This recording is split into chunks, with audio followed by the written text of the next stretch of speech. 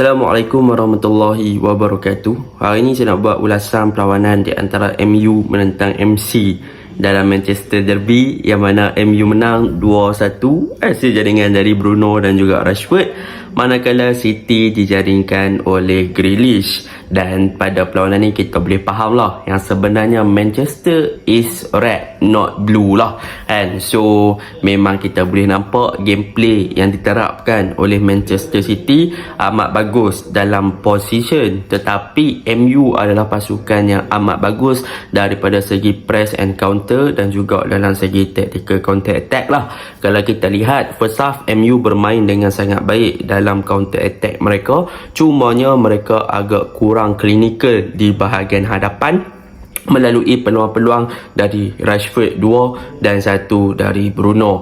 Dan kalau kita lihat pada perlawanan ni, MU bertahan dengan begitu baik. Mereka berjaya menjaga pergerakan daripada KDB supaya tak ada ruang yang banyak. Mereka memastikan yang City mengalami masalah untuk build up melalui bahagian tengah dan memaksa City untuk bermain dengan secara overload di bahagian wide area. So benda ni sebenarnya adalah satu benda yang sangat bagus dan tunjukkan performance MU ni memang meningkat naik dari masa ke semasa. Walaupun pada mulanya kalau kita lihat di first half, Rashford seakan-akan mengalami kecederaan dan Anthony disiapkan, tetapi tengok-tengok masuk second half, rupanya Anthony menggantikan Anthony Martial, bukannya menggantikan Rashford. Dan kita boleh lihatlah apabila Rashford tak digantikan, memang dia menunjukkan performance yang cemerlang lagi pada perlawanan ini dan boleh menunjukkan aksi yang konsisten untuk beberapa game yang lepas. So memang Rashford season ni memang on top, memang gila-gila perform lah bagi saya.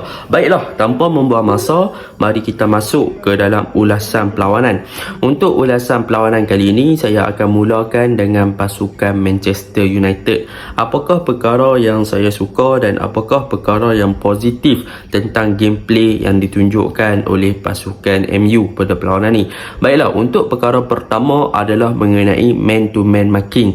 Apa yang dilakukan oleh pasukan Manchester United adalah mereka bermain dengan lebih kompak dan juga mengawal lebih kepada bahagian tengah, sehingga mereka punya winger turun untuk memarking mereka punya Manchester City punya pivot, iaitu Rodri. Yang mana kita boleh tengok Martial ataupun Bruno ataupun Rashford, mereka akan lebih masuk ke bahagian tengah untuk memastikan yang Rodri tak boleh nak bergerak bebas. Jadi mereka man-to-man marking beliau. Tetapi dalam pada segi man-to-man marking ketika transisi pasukan Manchester City menyerang, sebenarnya yang menjadi faktor terbesar kenapa Manchester City tak boleh nak progress the ball dan juga tak boleh untuk memulakan build up play daripada bahagian bawah dan untuk memastikan serangan mereka di bahagian tengah memang bagus, adalah kerana Fred. Yang mana kalau kita lihat di first half, memang pasukan MU sangat efektif daripada segi kawalan bola di bahagian tengah dan juga marking yang ditunjukkan oleh Fred memang sangat efektif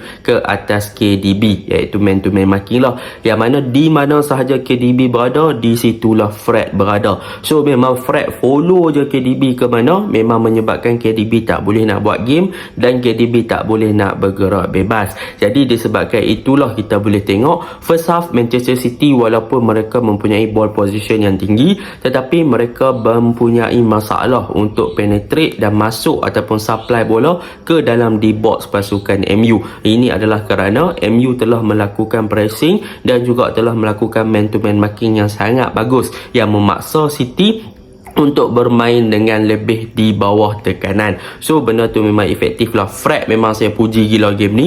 Memang man to man marking dia follow KDB dan sebagainya. Dia punya defending, dia punya attacking. Memang Fred menunjukkan performance yang sangat-sangat cemerlang pada perlawanan ni dan memang kita boleh bagi tabik spring lah dekat Fred. Itu perkara pertama. Apabila MU bermain dengan pressing dan juga counter, mereka man to man marking di bahagian tengah, memang City tak boleh nak lewat bahagian tengah tengah pasukan MU, maka City terpaksa untuk bermain secara bahagian wide area. Tetapi apa yang menjadi masalah kepada corak permainan MU ni adalah di second half. Apabila masuk second half, kita boleh nampak yang MU mempunyai masalah apabila City berjaya untuk melewatkan ataupun berjaya untuk menembusi pressing ataupun man to man marking yang dilakukan oleh pemain-pemain MU, terutamanya Fred dah tak boleh nak follow KDB sangat. Sebab apa?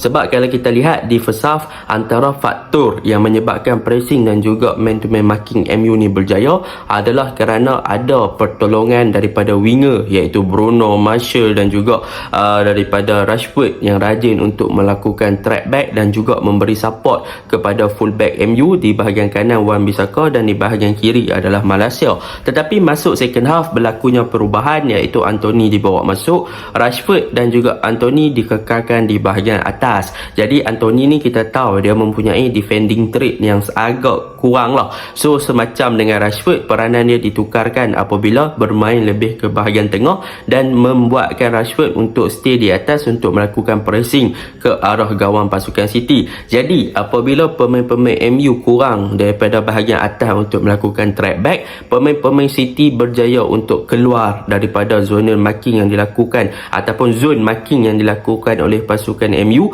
dengan cara mereka overload di bahagian wide area, iaitu kita boleh tengok Walker, Mahrez, KDB di bahagian kanan, mereka overload seboleh-bolehnya dengan underlap yang dilakukan oleh Walker dan juga overlap yang dilakukan oleh Walker. So benda tu memang positif lah. Jadi apabila pemain-pemain City dah overload di bahagian kanan, maka pemain-pemain MU terutamanya di bahagian defense seperti Malaysia dan sebagainya, mereka akan attract ataupun tertarik untuk keluar daripada mereka punya positioning ketika bertahan.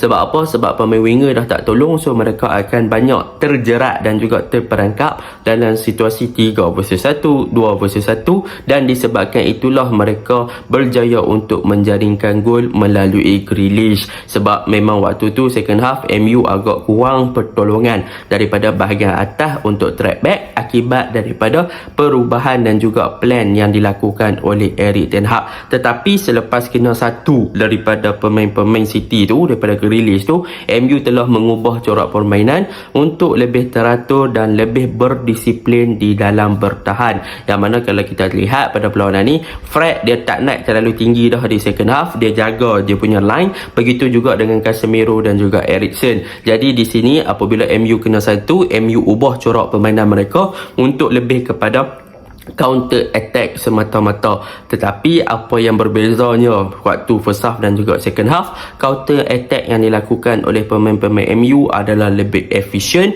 dan lebih klinikal apabila mereka ada ruang untuk skor. Akhirnya Bruno dan juga Rashford berjaya untuk memanfaatkan 2 gol ataupun 2 peluang tersebut untuk menjaringkan gol untuk pasukan MU. Itu tentang MU lah, yang perkara yang pertama. Perkara yang kedua, kalau kita berbicara tentang pasukan MU pada perlawanan ni, antara the best stand yang kita boleh bagi adalah selain daripada Fred dan juga Rashford, kita patut bagi pujian kepada Wan-Bissaka dan juga Malaysia. Yang mana bagi saya Wan-Bissaka dan juga Malaysia adalah 2 fullback muda yang dipertaruhkan oleh Erik ten Hag. Dan peluangnya yang kita boleh nampak lah, Wan-Bissaka pada game ni memang dia improve gila-gila. Dia menunjukkan yang dia masih lagi ingin berada dalam skuad Manchester United di bawah kendalian Erik ten Hag. Daripada segi defending dia bagus, dia berjaya untuk memastikan yang Cancelo dan juga Foden tak boleh nak bergerak bebas. Dia follow rapat je Foden, in term of night pun ataupun overlap pun dia banyak memberi support sehingga dia boleh dribble lepas 3 player. Begitu juga dengan Malaysia yang mana pembacaan game dia sangat bagus, interception yang dilakukan amat penting dan sebagainya. So fullback MU untuk game ni memang orang kata apa, secara efficiently memang berkesan lah. Mereka berjaya untuk bertahan, mereka berjaya untuk menyerang dengan baik. Dan kudus juga untuk 2 centre back kita, iaitu Luke Shaw dan juga Rafael Varane, yang mana kita boleh tengok Varane dan juga Luke Shaw berjaya menunjukkan performance yang sangat-sangat cemerlang, terutamanya Varane lah,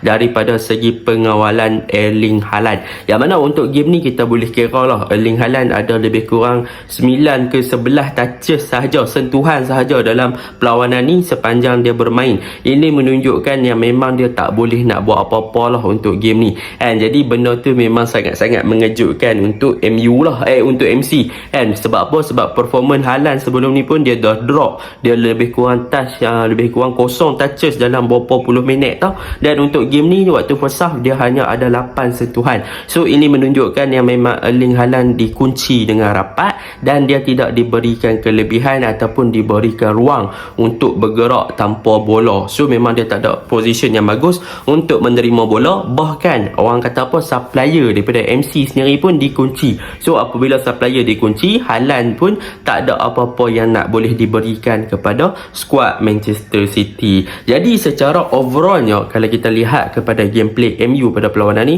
memang sangat-sangat efektif dalam tactical counter attack dan mereka patut berterima kasih kepada counter attack sebab mereka ada transisi player yang laju seperti Rashford, Garnacho. Yang mana Garnacho kalau kita nak sembang masuk dia memang efektif. Waktu counter attack dia adalah player yang sangat bagus, ada larian, ball control, body language yang bagus dan assist yang bagus kepada Rashford. So kudos lah untuk Garnacho pun bermain dengan baik. Jadi secara kesimpulannya taktik counter press yang diamalkan oleh pasukan MU ni memang sangat bagus. Man to man marking yang mereka terapkan untuk cover up bahagian pivot dan juga KDB waktu first half pun dah bagus. Cumanya kesilapan sikit waktu second half yang mana mereka terlalu, orang kata apa, tak ada support yang banyak pada serangan menyebabkan mereka senang kena serang. So City dapat 1 gol, tetapi benda tu lepas tu mereka perbaiki, mereka fix balik dan mereka attack dengan counter. So mereka berjaya dapatkan 2 gol. Tak kira lah gol offside ke tak offside ke, janji menang. Jadi untuk City pula pada perlawanan ni, apa yang kita boleh belajar daripada City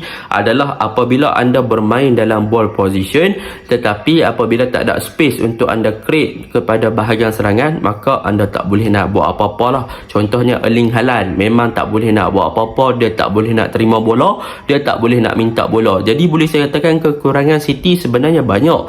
Satu adalah Haaland, yang mana Haaland ni typical goal poacher ataupun target man kan. Jadi apabila berada di bahagian hadapan, dia ingin disuap kan, dia ingin disuap ataupun disupply bola kepada beliau, tetapi daripada segi off ball movement, check in check out dia, untuk dia keluar daripada marking yang dilakukan oleh pemain MU, nampaknya dia agak kurang apabila berada dalam situasi off ball movement. So benda tu menyebabkan Haaland memang kurang touch. Jadi apabila kita tengok game ni, memang Haaland dia banyak drop deeper sampai ke bahagian tengah untuk meminta bola, tetapi sayang dia tak boleh nak buat apa-apa juga kan. So benda tu memang kita nampak Haaland dia very tak function apabila bertemu dengan pasukan yang bagus ketika bertahan dan pasukan yang bagus daripada segi pengawalan bola dan juga marking kepada supplier City iaitu Kevin De Bruyne. So benda tu memang kita boleh nampak City bergelut, dan tetapi di second half City berjaya overcome masalah tu dengan bermain overload bahagian flank, tolong Casillo banyak, tolong Mahrez dengan Walker naik atas KDB dan sebagainya,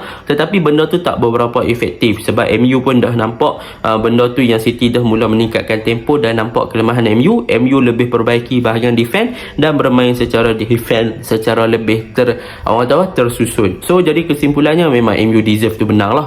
So Manchester is right. Bye, Assalamualaikum.